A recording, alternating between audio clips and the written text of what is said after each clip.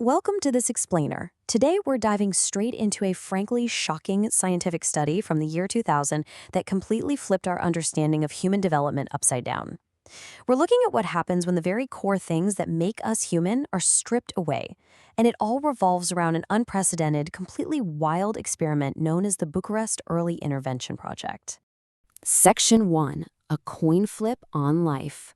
So let's start with a high-stakes moment that honestly sounds like it belongs in some dystopian sci-fi novel, not a peer-reviewed scientific journal. Imagine this. Scientists literally flipped a coin to decide the fate of 136 babies. Just take a second to really think about that. A literal coin toss, deciding the entire trajectory of a human life. The outcomes here were as extreme as it gets. If it landed on heads, the child got a foster family. Tails? Well, tails meant the child stayed exactly where they were, locked in silent, state-run wards. And guys, the reality of those wards was chilling. We are talking about rows upon rows of metal cribs with maybe just one single caregiver for up to 15 infants. But you know what the most haunting detail was? The absolute silence. Visitors would constantly come in and ask, wait, why aren't the babies crying? And the devastating truth is, they never cried, because crying had never once worked. A baby who calls out hundreds of times and literally never gets an answer, eventually, they just stop calling. Section 2, the silent wards. To truly grasp why these terrifyingly quiet wards even existed in the first place, and why American scientists showed up to study them, we need to briefly zoom out and look at the history. This whole crisis was basically the result of a perfect, tragic storm of policy.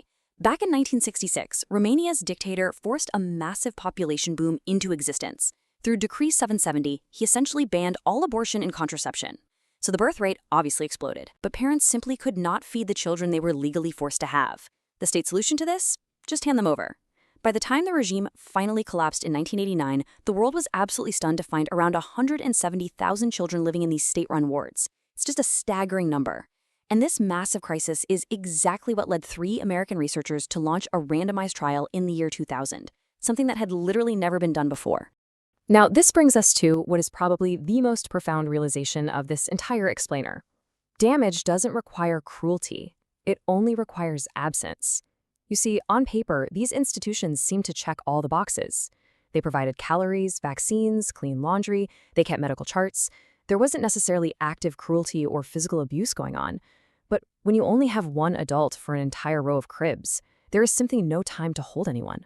Babies would just lie there, staring blankly at the ceiling, often rocking back and forth for hours on end. It teaches us a really hard truth, which is that severe neglect doesn't actually require active malice. It just requires absence. So how do you actually measure the impact of that absence? Well, the researchers fitted these kids with sensor caps to record the electrical activity inside their brains.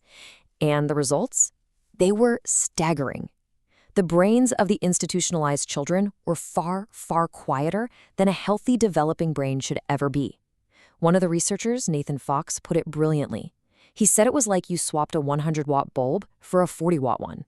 The pure deprivation of human contact had literally dimmed their mental energy. And this dimmed brain activity, it manifested in some deeply concerning real-world behaviors. When the scientists tested the children for attachment, only 3% of the institutionalized kids had a fully formed bond with an adult. Instead, a lot of them exhibited what's called indiscriminate friendliness. Now, you might be thinking, hey, a toddler walking up to a stranger, climbing into their lap, holding their hand, that just sounds like a super friendly kid, right? But in this context, it was the exact opposite. It was actually a heartbreaking trauma response. A child who treats every single adult exactly the same as a child who has unfortunately learned that no adult in particular actually belongs to them. Section 3, the 2-year deadline. So the big question was, could this profound damage actually be undone? Well, once that coin was flipped, the data started pouring in. The researchers had essentially built a foster system completely from scratch. And as time went on, the divergence between the two groups was just wild to see. By age 3.5, kids growing up in ordinary Bucharest families had an average IQ right around 100. Meanwhile, the kids who had been fostered out of the wards, they actually began to catch up. They reached an average IQ of 81, and their language skills were recovering too, which is amazing. But for the group left behind by the coin flip, they languished with an average IQ of just 73. The sheer randomness of the study proved absolutely beyond a shadow of a doubt that the environment, not just genetics, was driving this huge developmental gap. But here is where things get truly wild. When the researchers sliced the data by the age the child was placed into a foster family, they discovered a terrifyingly strict biological deadline: 24 months. Kids placed in families before their second birthday recovered dramatically. Their brain activity climbed right back toward normal levels. In fact, by age 8, you couldn't even tell from their brainwaves that they had ever set foot in an institution. But on the flip side, children placed after their second birthday carried the damage permanently. The gap just never closed. What this tells us is that the human brain has a very specific sensitive period, a biological window that closes once and pretty much never opens again. And we have to understand, this deprivation wasn't just mental. It was literally written into the children's physical bodies, layering itself downward. Step 1, like we just talked about, was that suppressed electrical activity. But step 2 was structural. Later, MRI scans showed that while the brain's white matter, basically the brain's wiring, could recover, the gray matter, the tissue that does all the heavy lifting and actual processing, was permanently lost. And step 3, this one is probably the most shocking: cellular aging. The longer a child spent in those wards, the faster their actual body aged on the inside. This was proven by looking at their DNA, specifically their telomeres. Those are the little protective tips of DNA that naturally wear down over a lifetime. Extreme neglect had literally put these kids' cellular aging into overdrive. Section 4, an unsolvable ethical dilemma. You know, a randomized trial like this doesn't just quietly observe a tragedy, it actively assigns it. Leaving 68 children in conditions that are actively known to be harmful is a massive, incredibly heavy burden, and it sparks this unsolvable ethical dilemma that scientists are literally still debating in journals to this very day. Let's look at both sides of this impartially. On side A, critics argue this study was, well, brutal. The children obviously couldn't consent, so the Romanian state, the exact same entity running these harmful institutions, consented for them. The researchers expected the damage, they measured it as it happened, and critics are quick to point out that a study design like this would never, ever have been legally approved for American children. But then you have side B. The researchers have a really steadfast defense. They point out they were invited by the government. Romania had zero foster system at the time, so these researchers built and paid for those 68 foster families from scratch, meaning no child lost a family they otherwise would have had. And most crucially, they argue that running a randomized trial was literally the only way to generate the bulletproof evidence needed to stop institutionalization globally.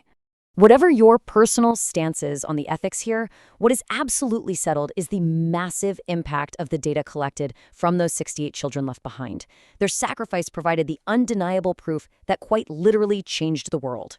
In 2024, Romania used these exact findings to completely ban the placement of children under 2 in institutions. And that ripple effect, it went global. By 2019, every single country in the United Nations agreed to start replacing institutional children's homes with family care. The evidence that emptied out wards worldwide exists specifically because of the kids in this trial.